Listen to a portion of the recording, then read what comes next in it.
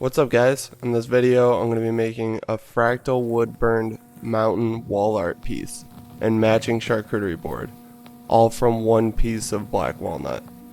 The client reached out to me and wanted a custom mountain wall art piece that's fractal wood burned, and I had never made a mountain wall art piece before. Based on what they wanted and what I had in my mind, I couldn't really find anything online that was similar.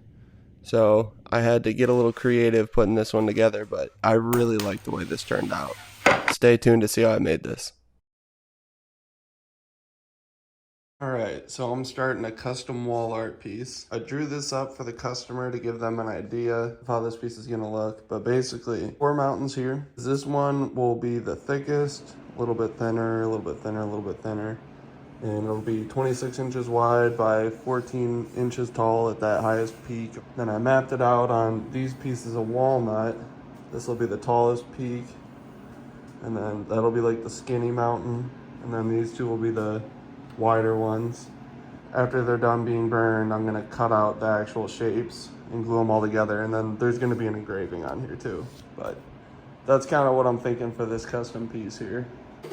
So this piece was, I believe, around 8 foot by 12 inches wide. So I made that first cut with a jigsaw, and then I cut on the lines with my table saw cross-cut sled for the rest of the cuts. And after I had them cut to size, I ran them through my planer, or I guess I just ran that first piece through. I was getting a little bit of chip out, and I just got this new drum sander, and I was really excited to use it, so I started putting them through there. I had all of these mountain pieces labeled, so the middle piece I wanted to be the thickest, and then the rest of them I just made them a little bit thinner to give it a little bit of perspective when you're looking at the wall art piece. And then I just went ahead and sanded every piece by hand with the random orbit sander to 120 grit before doing the burn. And this is my fractal wood burner. I made this from a microwave transformer.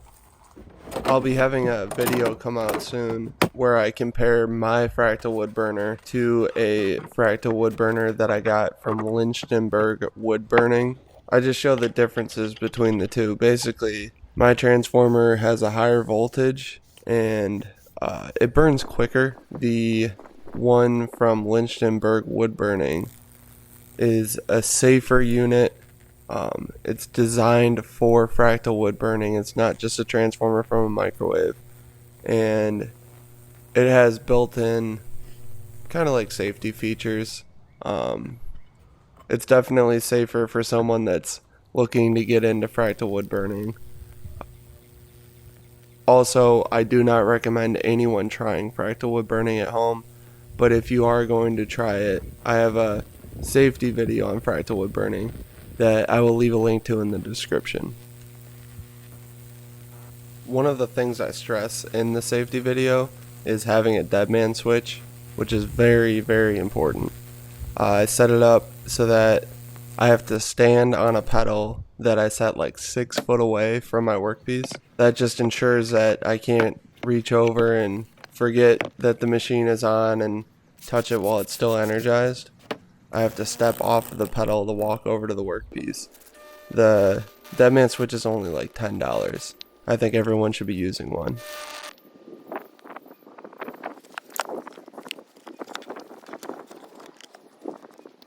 I soak these pieces in baking soda water solution. I'll do 1 to 2 coats, and I'll kind of let it dry up, the first layer and even the second layer, and then just re-wet it with water. And then sometimes throughout the burn I'll have to spray it with water just to keep it wet, but the baking soda water is what makes the wood actually conductive. If you try to do this without it, the wood wouldn't burn at all. There's a Facebook group called Lynchtenberg Wood Burning. I think it has like 13,000 members now. It was created by the company that I got that other fractal wood burner from. And the members there post about fractal wood burning safety and pieces that they've made. And I saw a post on there recently from someone that just reached out and touched the table where a fractal piece was being burned and got burn marks, severe burn marks on their hands from the electricity tracking through the wood across the water, across the table to their hands. So if you guys are thinking about getting into fractal wood burning, I think that's a good source to learn a little bit about the safety and just some general knowledge stuff with fractal wood burning. Lynchburg Wood Burning Facebook page.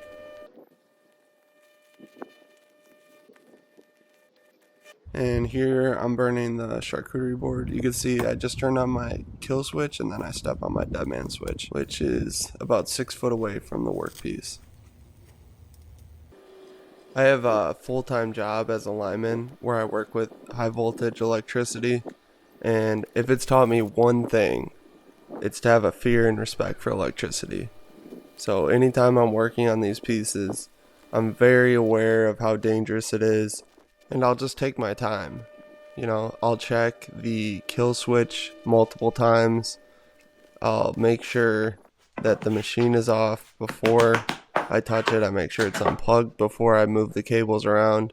You can't be too sure when you're working with this high of a voltage.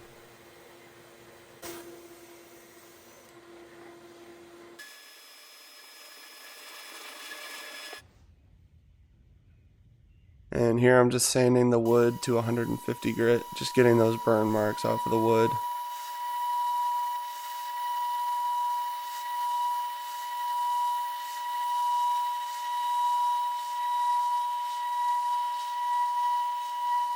So I record and edit all my videos from my phone, and I'm not quite sure what happened, but unfortunately I lost the footage from the epoxy pour. I know I hit record and it said it was recording, and then when I went back to check the footage, the videos were just blank.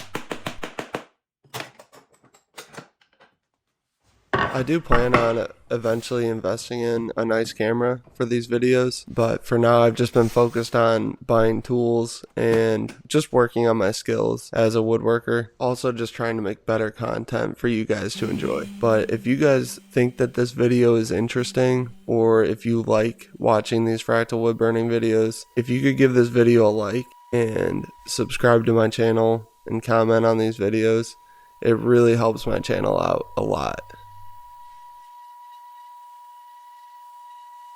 And something I've been really curious about is you guys that do watch these videos, if you could just let me know what part of these videos you like. If it's the burning, or I guess in this video there was no epoxy pouring.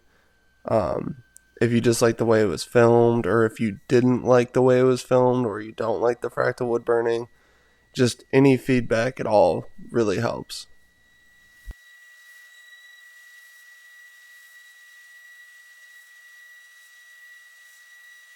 The next thing I did was get the edge squared up on this charcuterie board using my joiner jig, and then once I had that square edge for reference, I just went up to my fence on my table saw and squared up the other edge. And then I used my table saw sled to cut off the edges of the charcuterie board to get it to the right size, and then I used that along with my fence to cut off all the edges on the mountain pieces to get them ready to cut them into their actual mountain shapes. So here I'm making the jig to cut out the mountain pieces. I took 2 scrap pieces of melamine at a 45-degree angle, marked where I wanted them to go, and drilled a few holes. I actually did this on the back side of my template, which ended up being kind of a pain in the butt. I had to flip this thing over like a million times. But at the time, I didn't want to go to the store to get a new piece of plywood. So sometimes it's just easier to take the time to whatever.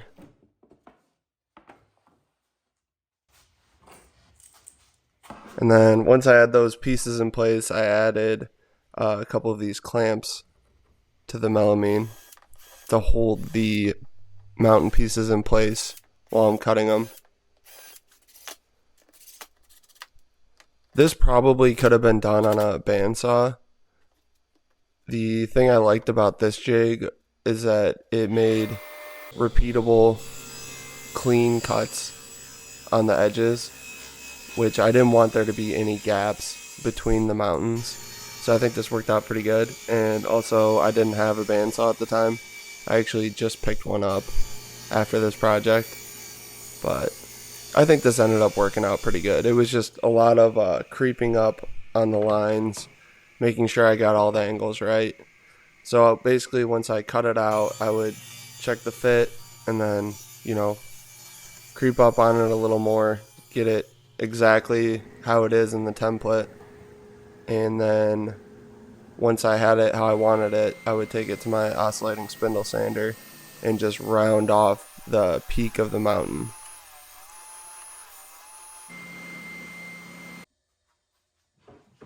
So once I had this first piece how I wanted it, I used it as a reference for the second piece.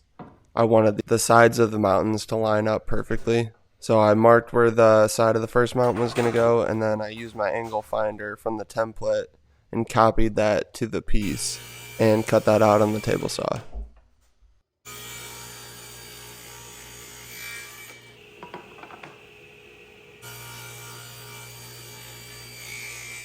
So one thing that made cutting these out a little bit trickier is that the customer wanted the white resin to be the peaks of the mountains. So I had to make all my cuts along the sides to try to line it up so that the white resin would be the peak. I really didn't know what I was doing going into this project, but I'm so glad that I took it on because I really learned a lot figuring this out on my own. This is really my first experience working with angles at all in woodworking, aside from a 45-degree angle. I'm really glad I did it this way with the template because there really was no angles or math for me to figure out. It was just lining all these pieces up to the template, marking them, and then getting cuts on the marks.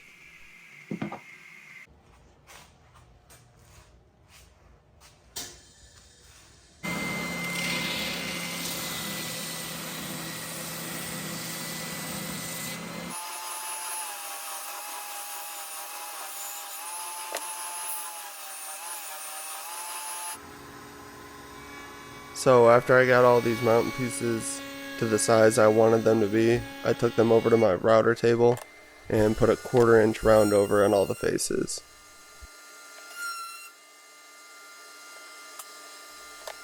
It's easier and safer to take small pieces, like these mountain pieces, to my router table, and then take the palm router to my charcuterie board to do the round over. Once all those were done, I just sanded the edges of all the mountain pieces using the random orbit sander at 180 grit. And then to get these pieces ready for finish, I sprayed and wiped them down with mineral spirits. For a finish, I'm using Rubio Monocoat Pure. My client wanted a custom engraving on these pieces, and anytime before I do one, I'll just put it on a scrap piece of plywood and send them pictures of it and just make sure that they like the font and that the location is good and the spelling and everything is right. And then once they give me the approval, I engrave it right onto the pieces. I use my O-Tour Laser Master. It's a good diode laser for the price. I think this thing, when I got it, it was like $400. It gets the job done.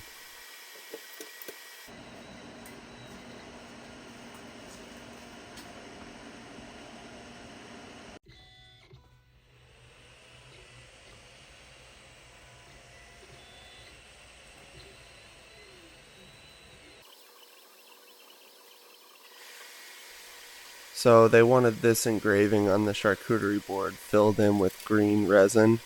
So after I did that first pass here, which is just an outline, I ended up filling it in several more times with a fill pass that goes into the letters and fills out the entire word. And then I took, this is UV activated resin with the same green pigment from the mountain pieces. And it didn't take a lot to fill in the engraving. And then you just use this little flashlight and shine it on the resin, and it cures in like 30 seconds. I was on a little bit of a time crunch to get this piece done in time, so this UV activated resin came in clutch. And then once it was fully cured, I took this carbide scraper and just scraped off all the excess resin, and then took my random orbit sander at 180 grit and sanded it smooth.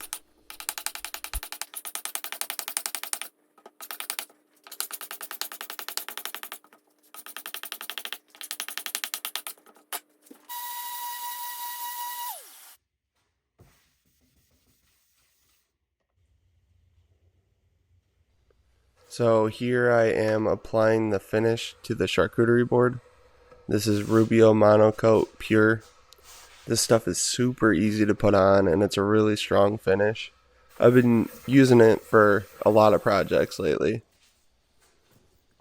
And these smaller pieces were a little bit more of a pain to get the finish on because they were so small, but basically just buff it in with a white pad and then get all the excess off with a rag. And these came out really nice.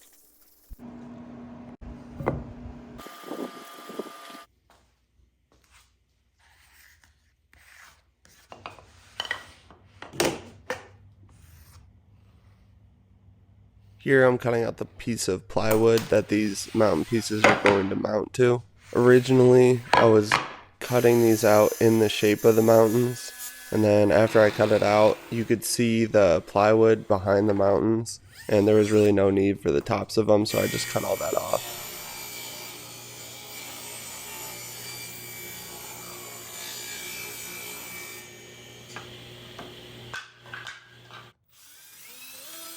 And then I just attached them using regular wood screws. I just wanted to make sure there was no gaps in between the mountains. So I would push all the way up against the other mountain with a level on the bottom to make sure they were all spaced properly, and then screw them in place.